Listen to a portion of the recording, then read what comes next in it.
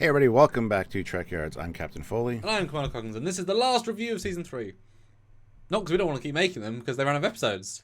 So we're going to be talking today about Season 3 finale, which is Episode 13, That Hope Is You, Part 2. So we're going to talk about that today and give you our compressed thoughts. We're going to do a full live review later, which will probably be a good 3 hours plus. So join us today at 4 p.m. Eastern Standard Time if you're watching this live. I'll ask you first. What are your thoughts on this episode? Because usually you ask me first. So. Well, I was pretty pleased at getting one of the biggest things I wanted right, the longer length. You know, we called out it had so many threads that it had to deal with them.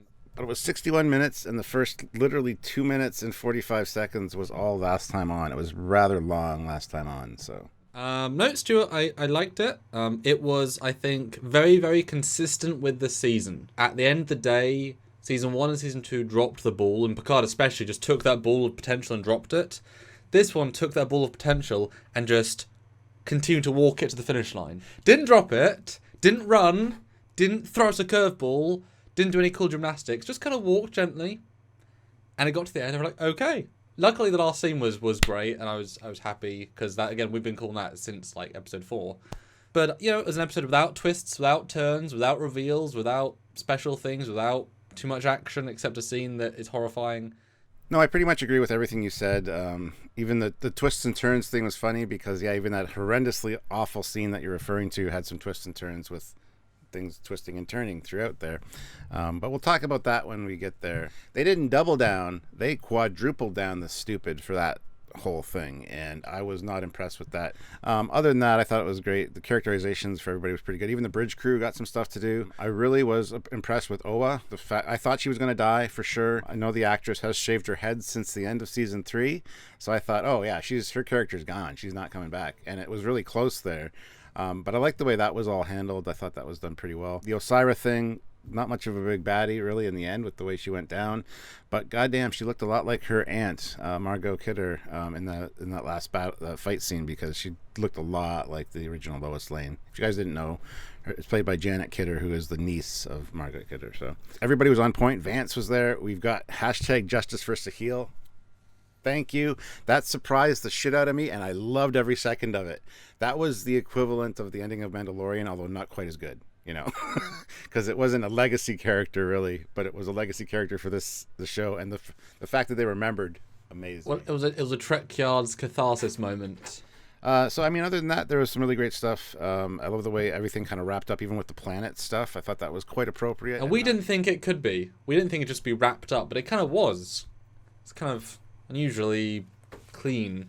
Yeah, absolutely. I thought that went well. Although there were some stupid things in here, as we talked about that one scene with the turbolift planet, hashtag turbolift planet, as it's being called now.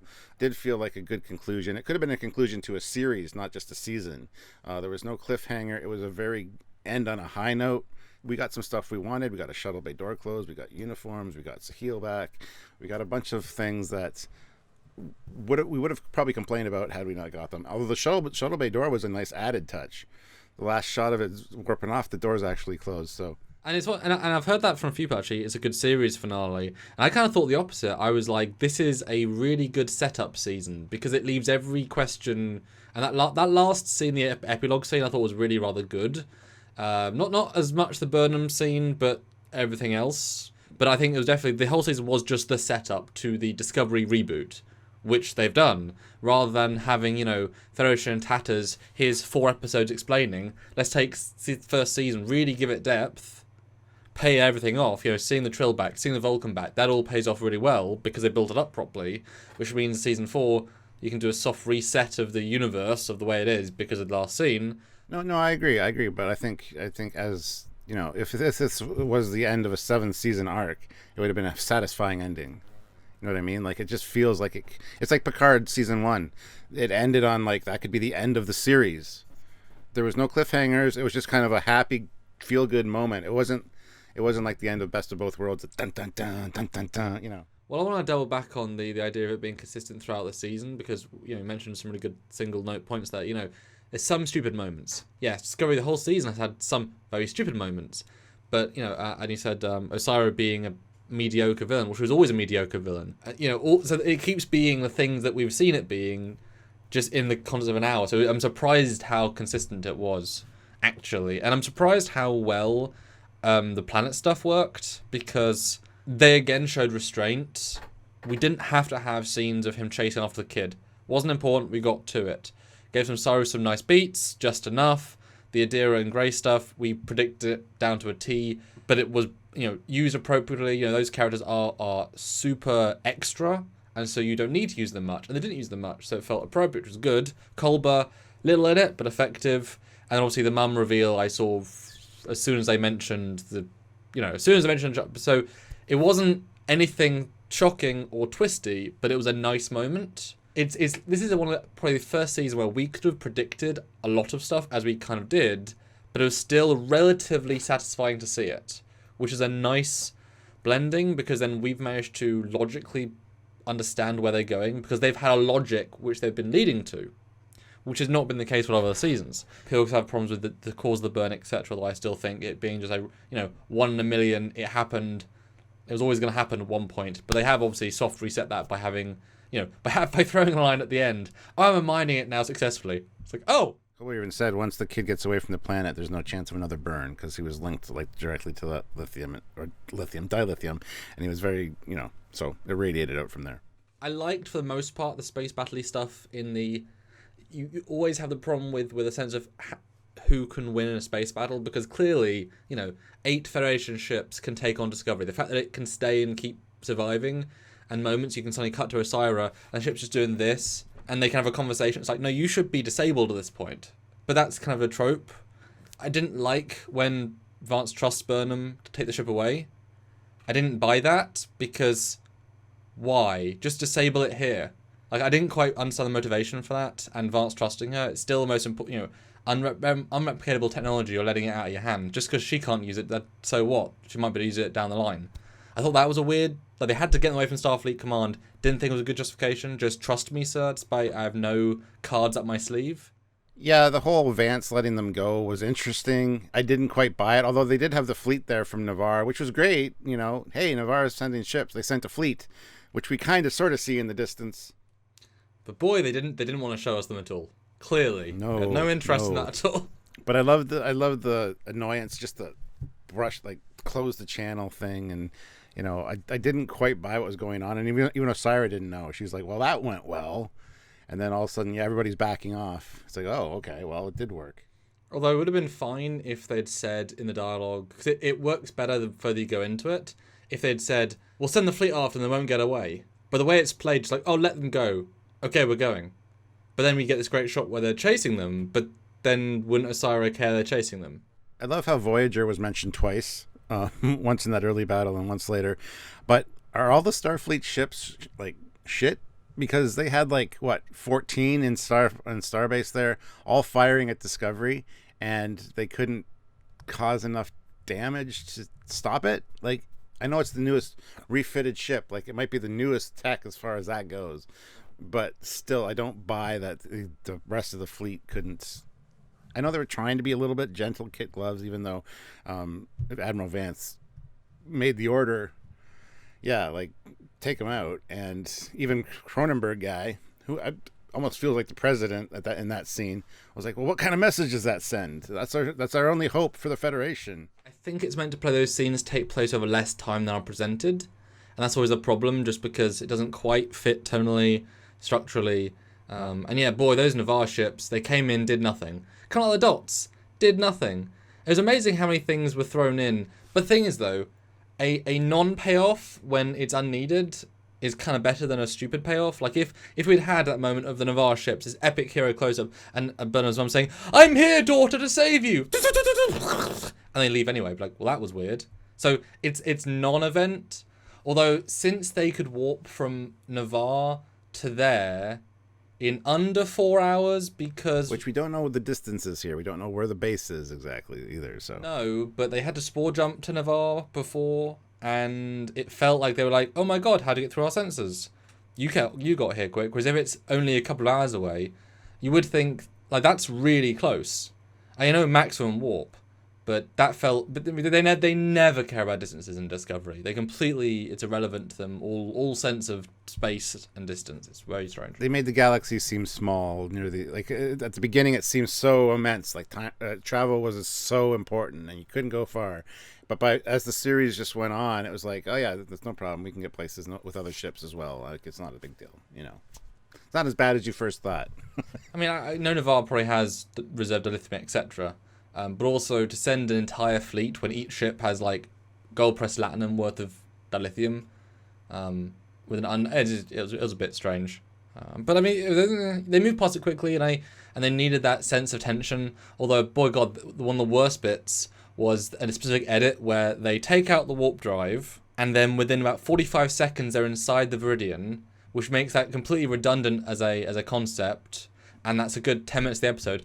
And the editing is absolutely atrocious from whatever happens first, and suddenly, now the Viridian's taking them, even though you need to see it dropping out of warp, going into it, all the other Federation ships coming out and firing, because they're only seconds behind. Like, seconds. That entire sequence was bad. It didn't work, and there was a poor edit. You can tell there was, like, maybe something in between they just didn't have time to do the CGI of. Yeah, I mean, speaking of warp drive, this is a good segue. We're kind of jumping all over the place, but that warp core ejection was atrocious. It was such a small little warp reactor, and then a mile-long tube for some reason, and then bouncing against the sides. That's real safe. Don't forget a massive open space where you can't reach it. Death Star-like. That's their engine. That's their engine room. That's why we haven't seen it, I guess. And then bouncing off the side of the thing as it goes down. That's not safe. Most important process to save the ship. Jesus. My only thought about that, and this is stretching. We've seen Voyager launch theirs out. It's nice and smooth. It's a heavy shaft. efficient. It's what it's supposed to be. But since this is upgraded tech, it's a refitted ship. Maybe that's a super small, compressed, futuristic power core. It's the exact same amount of power as the original one, but it's smaller, so it doesn't fit inside the shaft. So I'm trying to make sense of it. Probably shrink the tube, etc. Yeah. Yeah, you'd think. It was dumb. At least they tried. At least it wasn't super inconsistent. But it does vindicate us though, because we said since day one, because they said since day one that the spore chamber, that isn't the warp core behind it, and that isn't the warp core engine room, etc. Clearly not, because the warp core is in a massive open space. There is no warp engine room, because you always have access to the warp core via the engine room. So Discovery is yet again a radical redesign where it was super experimental, didn't want to do their own thing. But the fact that the turbulent shaft shows that most of the ship is hollow, and by having something by having a warp core area which is at least 3 decks tall, which in itself is then half of the entire secondary hull, then you extrapolate how big that that circle is. I mean, the ship's basically hollow. I mean, at this point, and we've seen many MSDs that are like 7 decks, and it's embarrassing. I mean, it was an okay moment, and it at least looked like a warp core, futuristic warp core. But did they really think, or maybe they were just saying, hey, Star Trek Into Darkness had a big open space. It kind of felt like the Into Darkness one, just bigger. Oh yeah, it did. It felt like the one where Kirk was kicking it, Which speaks to some of the art design team, having never watched the original Star Treks, all 700 episodes, just watching the new movies potentially, because that was the last warp core we saw. That leads to the next stupid thing.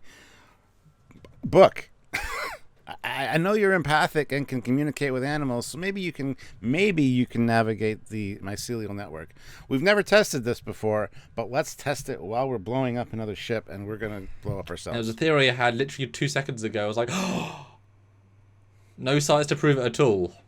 That bugged me immensely. It makes sense. They worked it in from the beginning with the way he could communicate with animals and stuff, and he's got that connection, so sure, whatever. That works a little bit, but give him practice time during the season. He tried a few times, and this time he finally got it. That would make more sense than cold, hey, go do it. Even if I could access the mycelial network, how do I navigate it? Okay, they reset the operating system to the original operating system too. And then one thing that bothered me, and I do kind of minor, it might be fine, but they're like, transport him to the spore chamber. It's the new transporter tech. You think it would have been nice to have the old transporter effect there? I know they probably reinstalled new transporters in the ship, so that's fine. But it would have been cool to have the old transport effect for that scene, because they reset everything back. Yeah, they wanted their cake and eat it too, because they also had the modern shields up. because otherwise they would have been destroyed. So, but if you've reset to a 2241 whatever computer system, my assumption is that it's like a computer with drivers. You can reinstall Windows, and then all the individual components reinstall their drivers to work. But then it also didn't look any different. So I think we reset to the system. Looks totally different. Looks totally the same, and functions the same. So why is it even a note? You know, and why would you keep a backup of the 900-year-old operating system and not a backup of the future operating system, given that one is obsolete and the other one is, like, you've got a backup black box system. I think that was her switching the things in the wall. I think that was her taking out the new ones and putting in the old ones, and then the things in the table. Why would you keep the old ones on the ship? Just in case. Just in case. I still got all the original discs that came with all my computers, just in case. You know? But it also didn't mean anything. No. That one line wasn't necessary. Just rebooting the system would have been fine.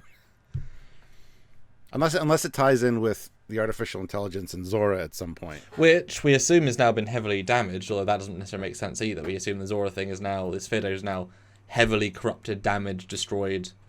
You know, it can't just live in the... But they're implying it's not, though, because they fixed that one dot, the one with the yellow eyes. All the other ones had blue eyes. But they fixed the one, and it's, hey... And now that Disco's reset to the original operating system, you have to merge the two to save Zora in season 4. But that dot can't contain all the sphere data. That's absurd. I agree. And it's the dots were getting wiped out left, right, and center.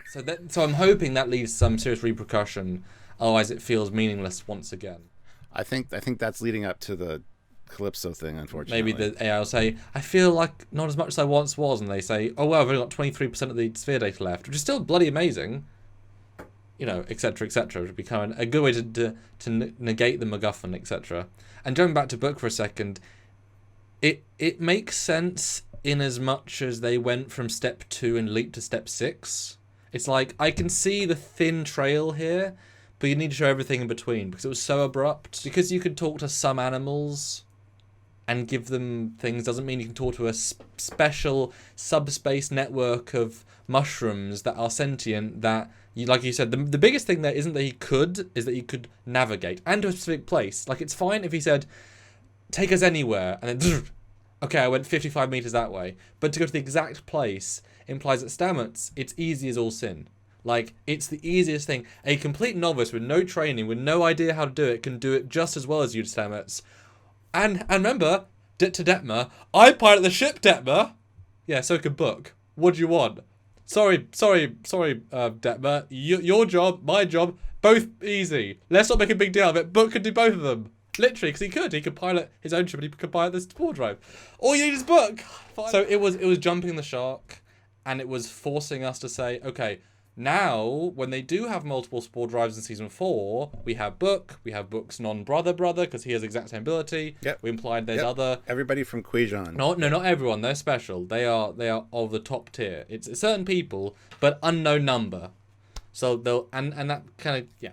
I like how Aurelio said, I've studied empaths, a lot of empaths in my career, and the people from Quajon are unique. So, I mean, at least there was that. Like, he's been studying this for years. But it was such a quick line, but that's okay. And it was awkward as all sin to say, right, we're going to blow up in 40 seconds. Book, try it for the first time. Jump now. Jump now, please. I'm trying. But that should have been said to us. Or like he should have, like there should have been a spore jump and he like woke up from a dream and was in the mycelial network, like a hint. One hint, Because it wasn't so much a payoff as like a, okay. Speaking of awkward and bad, hashtag Planet Turbolift. That was really unnecessary. Like I said, they quadrupled down on the stupid with that. Just don't show us that again. Most people would probably forget that it was so big. And to travel so far and to get to the computer core. Now, every MSD I've ever looked at, Samuel, the computer core is in the very center of the saucer, right underneath the bridge for obvious reasons. It's a huge computer core. And I'm 100% sure John Eaves designed it into schematics that way. 100%. Yep, that's a ball in the center there. It's perfect. But no, this goes to somewhere. I mean, the computer core looked great. You called it. It was on Discovery. You said that in our prediction video. We thought it might have been Starfleet, but It didn't make sense visually to be on Discovery, even though it's a refit, it's fine. But that whole turbo lift thing, that was ridiculous beyond ridiculous. For many reasons, not just the empty big open space and the cityscape down below, and there were turbo lifts going everywhere. You've got nobody on the ship except for the bridge crew who are all passed out. You got a few regulators, but there's turbo lifts moving all the time. Like, what is happening? No, it's not. They have no idea how a starship works interior wise. Yeah, my comment was it's just embarrassing. It's just it's embarrassing and pathetic. It shows a complete disconnect from everything. I'm sorry you thought that was smart. You're pathetic, the people that wrote that. And considering how strong you've been this season, it's pathetic. Now, I understand that for the Discovery world, it's completely consistent. You've done it in Season 1, Season 2, and 2 of the shorts. So I get, in your world, it works. But every time you do it, and you haven't done it for a season and a short, like since a while ago, we assumed you the new team thought better. But like I said, to quadruple down is pathetic. Just the stupidity of, okay, getting outside turbo lift, fine. And then they then start shooting the interrogator people. Whatever. It's like, they don't know where you've gone. Stay hidden, they'll move away. Why do you think shooting back, being in an enclosed space with 12 of them, why do you think you have the high ground there, as a Star Wars analogy? The fact that none of them hit you is because you're the heroes. Pathetic. Didn't work at all. So, edit that bit out. For all of your mental watchers, it's a 0 out of 10. You know, it'd be interesting to try and like get a 3D model Discovery and then scale it and show how big the secondary hull is and see how many actually flaws, like how much, like try and put some internal volume in that and say, could that fit in? Obvious answer is no. And if it does fit, if they did somehow CG artists like fit then technically, that means the entire secondary hull is hollow, filled with just turbolift shafts. So what are they only going to 1 or 2 corridors and the main rooms? Is that it? Is that what you're telling us? And remember, so this is the refitted one. So the future people decided we need to have turbolifts this big in a system this big because that's future. And we've heard in the Season 1 that this thing has over 300 science labs. And if you look at the size of the shuttle bay from the exterior, because we see that a lot inside the shuttle bay from the exterior for some reason, you can see how big the shuttle bay is. That takes up a big chunk of that back part of the secondary hull.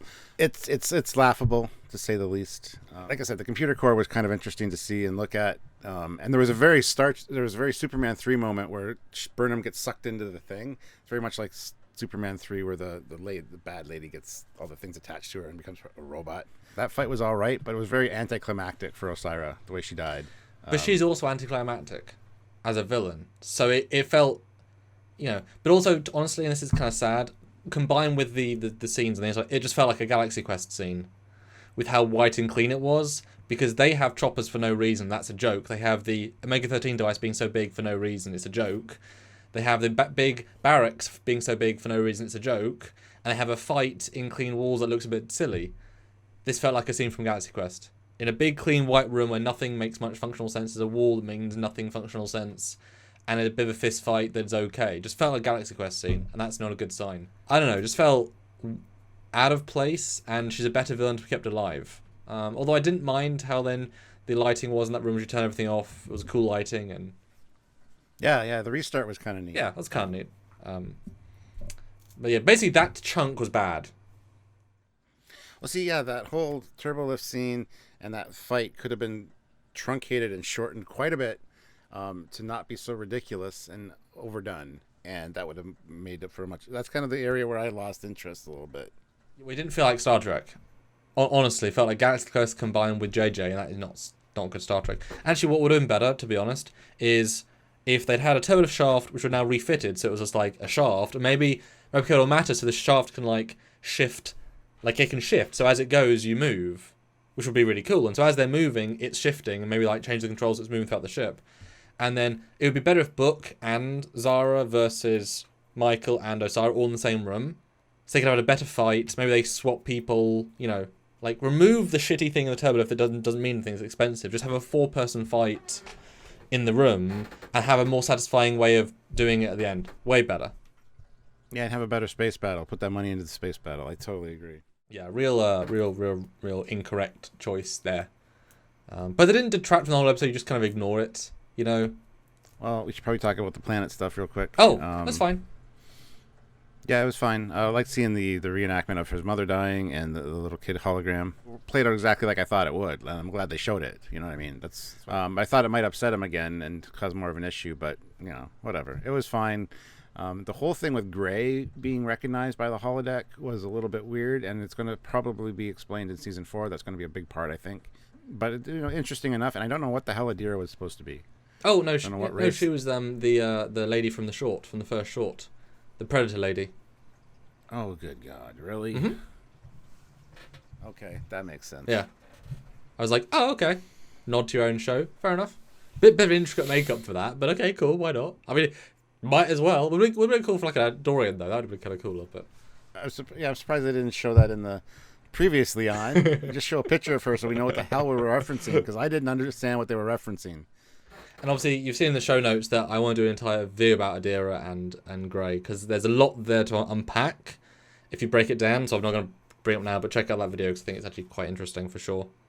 I didn't want to see it being dragged out, and it wasn't. And I was like, okay, good. They were neat, short, efficient scenes. The guy did good acting. I think probably there was too much of a switch. Once he switched into I'm going to work with you guys, it was probably a little bit too smooth.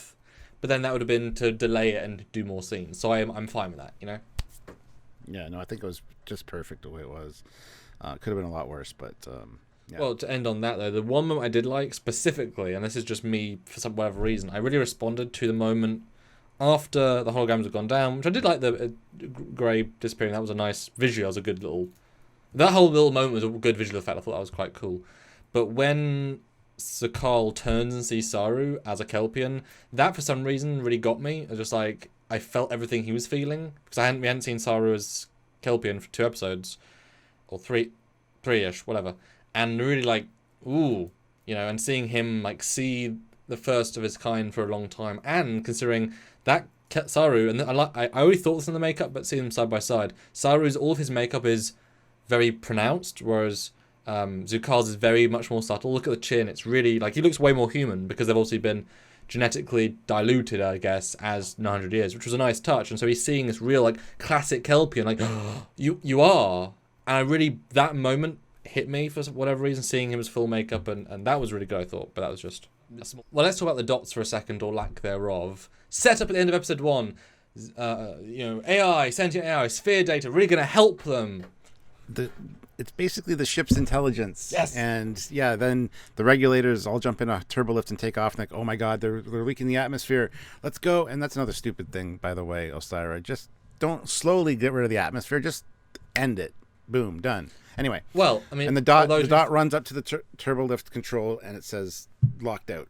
Really? You can't operate your own systems? You can't override them? Although they do, because they get to the spore chamber. So it does override them. Eventually, yes. But... And it seemed like it was going to do something there, and it just focused on it for a second, and then the camera shifted. It's like, wow, really? Yeah, should have shifted to green, saying improved, etc. Although I did actually quite like the remove oxygen idea, because it's a good way of, you can't breathe anywhere except in my places. But you're right, if they really want to kill her, just open more airlocks.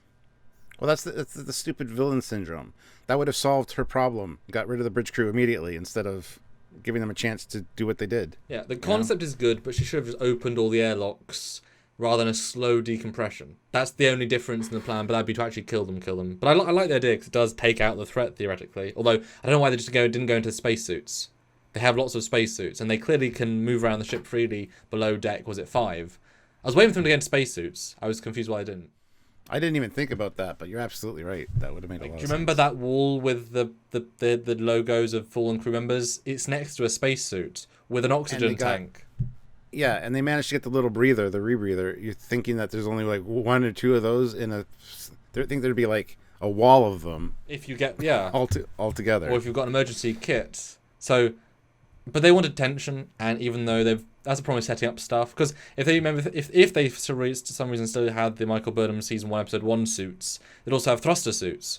That'd be useful to go quicker through the corridors, etc. The dots were, completely a non-entity. I was kind of amazed actually how they had no presence really of any kind. I'm happy that wasn't a payoff in a sense though, because I didn't want them to suddenly be like, hello, we're the AI, we're going to do everything we need. But if you watch the one scene they're really in, they just get shot. They don't shoot anything because they're not armed.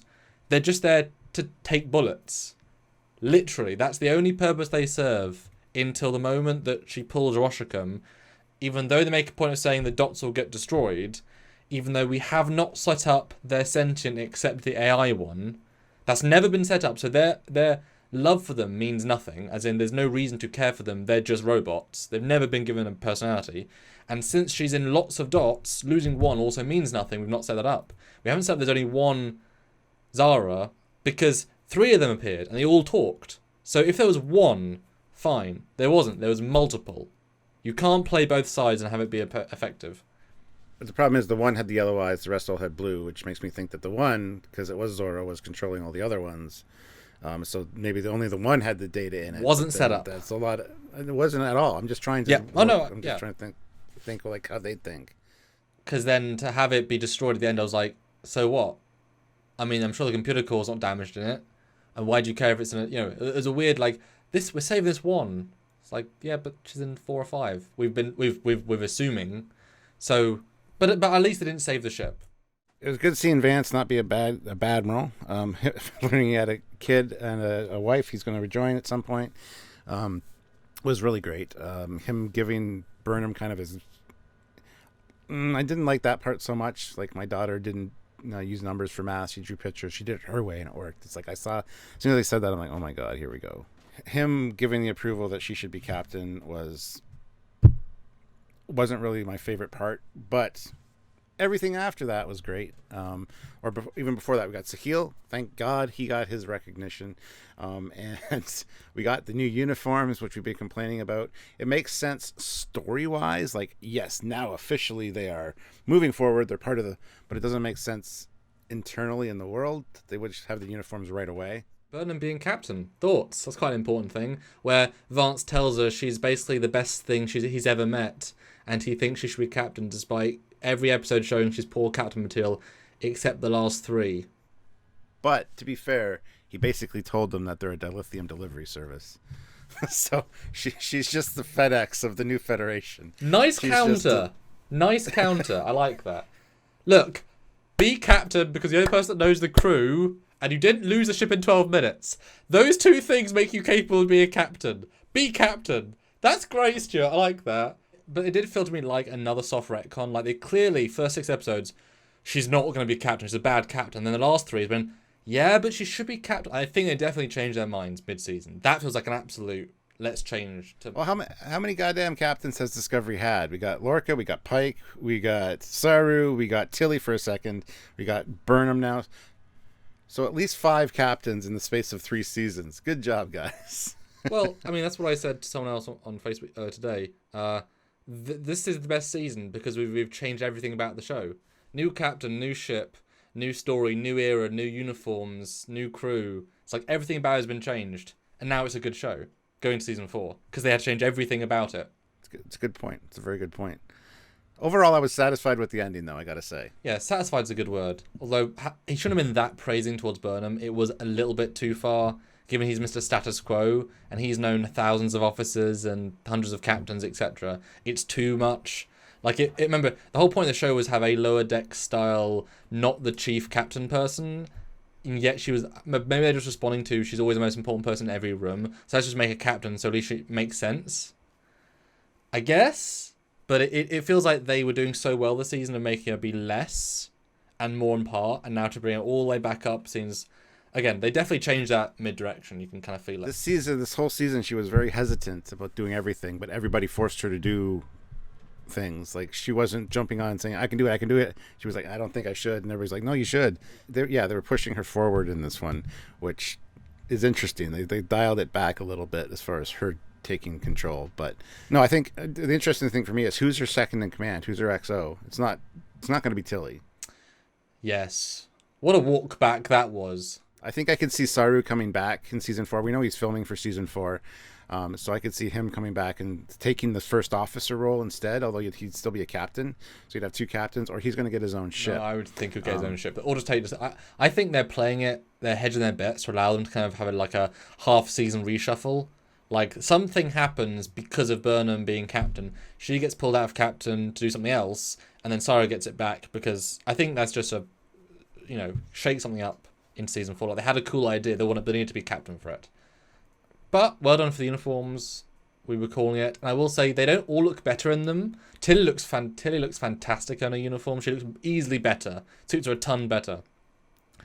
And I think Burnham does look better. There is a certain... The grey is slightly duller than obviously the blue, but is it crisper. The grey doesn't work with the interior colors of the ship. The blue did. But boy, they've changed everything about the ship. I hope they change the interiors at this point. I mean, it would be hard to rectify every step they're moving. They need to change the interior sets. Get rid of the last thing Brian Fuller gave you that you've been getting away from every season. If you do that into more modern, cleaner white, simpler controls, and the new uniforms that they're designed, like I said, designed to work together. Come on, season 4. Honestly, I think they might. I think what's going to happen for season 4 is there's going to be a time jump of at least a year or something. We're going to learn all the stuff that's happened, all the changes to Discovery. I can see it not totally redesigned, but recolored alterations to match the uniforms more. Because notice Starfleet was very white, and the uniform stood out against that. With Discovery's colors, it looked muddy. The blues looked kind of good because they kind of blended well, but yeah, I can see them doing a time jump for season 4. And also, it's again a massive stark contrast. They're symbolically saying we are now part of this future. Why the hell are we keeping our walls 900 years old and dirty coppers? It doesn't work. It didn't work in season 1.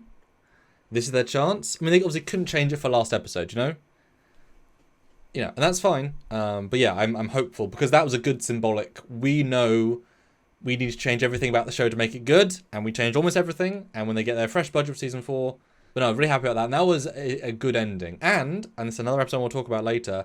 When they left Starfleet Command in a beautiful shot, they left at warp. They did not spore. That is a noteworthy discussion. Although the shot was almost identical to the J.J. Abrams end of Into Darkness warp out, almost identical, which is weird because we've actually seen the ship in the same episode just go. So why is it doing both and? It's like dramatic effect. Well, they just like Into Darkness. That's why. And I guess Nemesis a little bit, but didn't quite do the same thing. But yeah, hell, Captain Burnham with a much better uniform. Yeah. Anyway, I think that's where we'll leave it, guys. There was a lot in this episode, a lot to talk about. And when we get into the scene-by-scene breakdown later live, you'll be able to join us for that and discuss things as we go. So I think it's going to have to tuck in. It's going to be a pretty long live, I think. So be prepared for that. But anyway, guys, make sure you comment down below what you thought about this episode. And if you can't make it to the live, by all means, that's the best thing to do is comment. Make sure you're subscribed. And if you do want to join the lives, click that notification bell icon so you don't miss out, because we do them on a regular basis. Even with now that there's no new series, we're still going to be doing other live discussions as well. So if you want to be a part of that, make sure you're subscribed and notified. Yeah, we're going to go back to ship content, looking at TNG and other shows. All that good fun stuff. But if you can support us directly, we do need that. It is essential for us to keep going. Patreon is a monthly service. Join the YouTube channel is a monthly service. Super Chat during the lives. We love that because it's a direct interaction. Or just PayPal at trekyards@hotmail.com. That's the PayPal. Any little amount does help. And if you can do one of each over the course of time, makes a massive, massive difference. That's right. And so until next... Thanks everyone for joining us for the last 23 weeks of reviews. It's been a ton of work, and we appreciate all of you joining in. And of course, Picard at the start of the year. We'll see what comes out next year. But yeah, so that's 26 episode reviews. No, 36 episode reviews this year. Thanks so much for joining in. Hopefully join us for seasons 2, 4, and 2 of the new shows. Yes. And 1 for Prodigy. And Prodigy, yeah. Anyway, guys, until next time, I'm Captain Foley. And I'm Connor Kongs. Bye, guys. See ya.